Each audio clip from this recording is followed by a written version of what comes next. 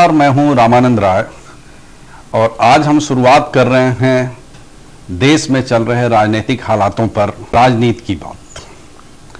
और आज पहला वीडियो दिल्ली में चल रहे और देश भर में जिसकी सबसे ज़्यादा चर्चा है वो है दिल्ली सरकार की शराब नीति, आम आदमी पार्टी के नेताओं की गिरफ्तारी।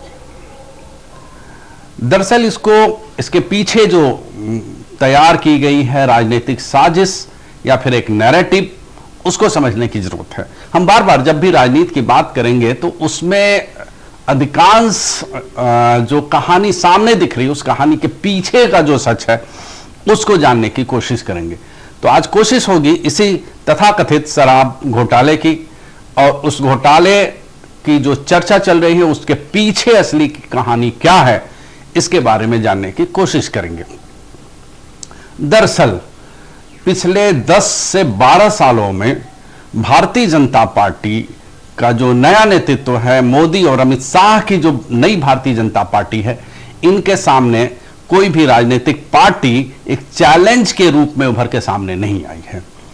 उन्होंने एक जो घालमेल तैयार किया है हिंदू मुसलमान और राष्ट्रवाद को लेकर के, एक नैरेटिव जो पूरे देश में तैयार किया है, उस नैरेटिव के खिलाफ किसी भी पार्टी ने दूसरा नैरेटिव उसके बरक्स खड़ा करने की कोशिश भी नहीं करी है और वो उनके जाल में लगातार फंसते जा रहे हैं।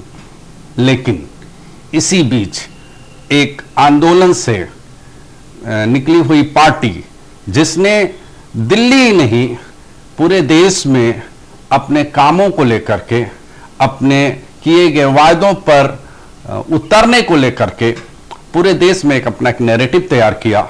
बहुत जल्दी पिछले 10 साल में जिसने मेहनत करके, जिसने अपने काम के दम पर, अपनी एक राजनीति के दम पर पूरे देश में एक पहचान बनाई, दिल्ली सरकार के बाद वो पंजाब में भी जिन्होंने सरकार बना लिया, इतनी ही जल्दी गोवा में उनके एमएलएज आ गए और गुजरात चुनाव में जिन्होंने भारतीय जनता पार्टी को नाको चने चबवा दिए थे।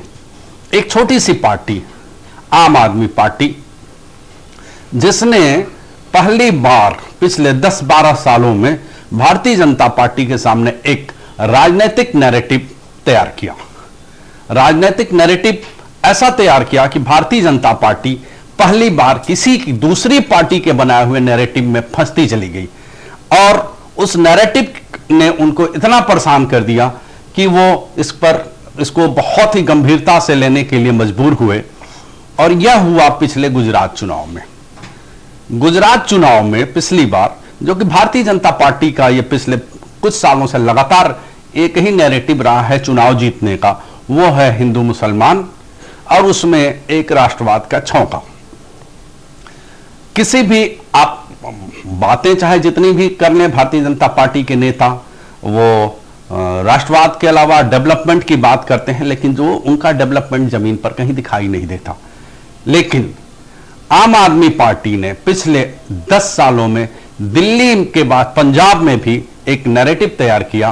वो नैरेटिव है शिक्षा का, स्वास्थ्य का, बिजली का, पानी का और महिलाओं को लेकर के तमाम उन्होंने अपने कार्यक्रम शुरू किए हैं। दिल्ली में उनके बस यात्राएं उनकी फ्री की हैं, दिल्ली के लोगों को मुफ्त देश भर में तीर्थ यात्राएं दे रही है सरकार। ये सारी ऐसी बातें हैं जिसको लेकर के भारतीय जनता पार्टी परेशान थी।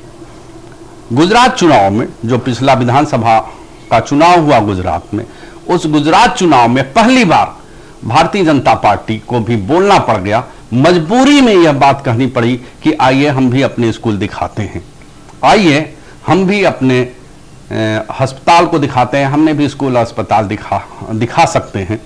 लेकिन यहीं पर फंस गई है भारतीय जनता पार्टी।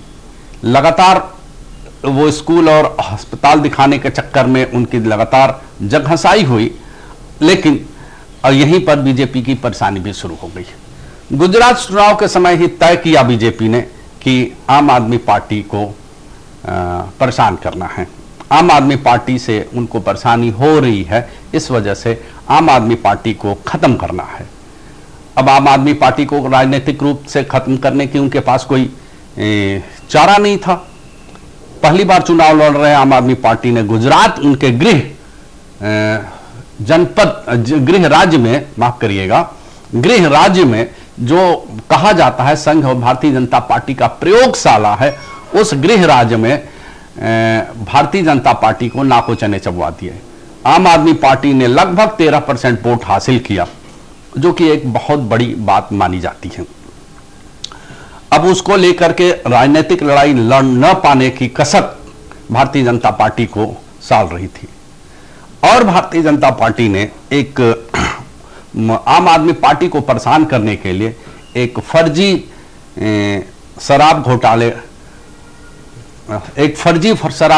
का नैरेटिव गढ़ा, जो कि कहीं से अभी तक न्यायालयों में केवल उनके बनाए हुए पीएमएलए कानून जो है, जिसके तहत जमानतें नहीं मिल रही हैं, लेकिन लगातार उनकी साजिशें लगातार सामने आती जा रही हैं, उसको गढ़ करके तमाम नेताओं को उसमें फंसा देने की साजिश भारतीय जनता पार्टी की सामने अब लगातार आ रही है। जो तथाकथित शराब घोटाले की बात भारतीय जनता पार्टी कर रही है पूरे देश में, जिसको कि अपने खरीदे हुए मीडिया चैनलों को मीडिया के थ्रू जो फैलाने की कोशिश कर रही है, उसकी हकीकत धीरे धीरे सामने आती जा रही है। पहले तो कुछ गवाहों को जबरदस्ती पैदा किया गया।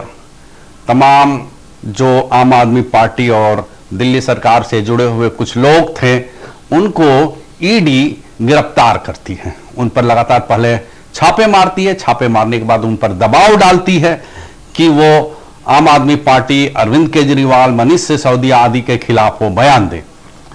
जितने भी आप गवाह हैं, आप एक क्रोनोलॉजी देखिए लगातार कि वो शुरू में किसी ने भी आम आदमी पार्टी या फिर दिल्ली सरकार के खिलाफ कोई बयान नहीं दिया हुआ है। जो उनके मुख्य गवाह हैं, जिस पर ईडी जिनको अपना गवाह बनाया है, रेड्डी ने 10-12 बयान दिए हैं। पहले क्रोनोलॉजी को समझिए, पहले उनके 10-12 पहले जब ईडी उनके पास पहुंचती है, उन्होंने कहा नहीं जी ऐसा कुछ भी नहीं हुआ है, कोई तथाकथित शराब घोटाला नहीं है, इसमें किसी पैसे का लेन देन नहीं है। ईडी परेशान करती है, उनके बेटे को गिरफ्तार कर लेती है। 6 महीने लगातार उनको अंदर रखा जाता है, फिर उनको परेशान किया जाता है।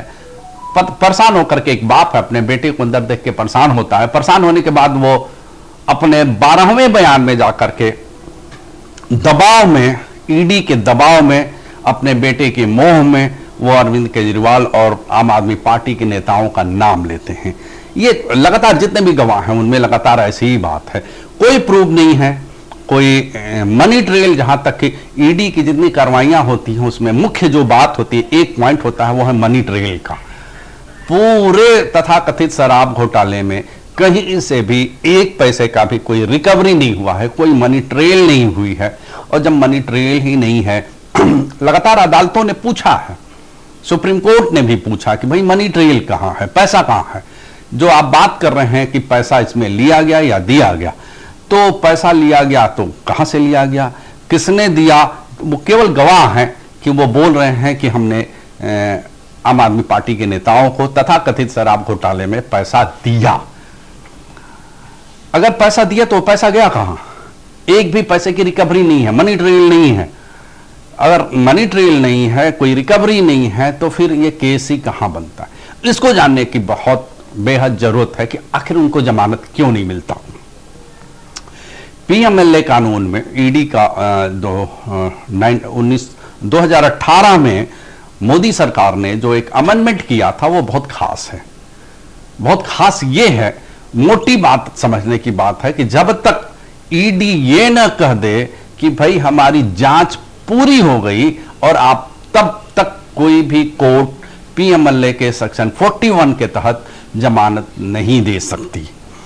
तो पिछली बार जो संजय सिंह की जो जमानत हुई है, उसमें चूंकि आप पूरे उस अब सारी अदालतों की कार्रवाइयों का वीडियो रिकॉर्डिंग होती है और वो सामने जनता के सामने रखी भी जाती है, वो सब कुछ सामने है।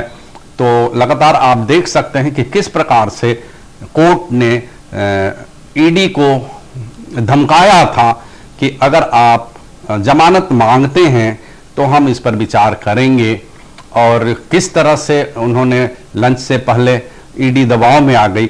उन्होंने कहा हम विचार करेंगे जमानत देना है या नहीं देना, इसके लिए आपको प्रूफ देना पड़ेगा। चूंकि प्रूफ है नहीं ईडी के पास, तो ईडी ने सीधे कहा कि भाई हम जमानत का विरोध नहीं करते हैं, आप जमानत दे सकते हैं। सेम यही अभी कल एक हाई कोर्ट के जज की टिप्पणियों की बात हो रही है कि उन्होंने कैसी टिप्पणियां की हैं अरविंद केजरीवाल पर कि केस बनता है।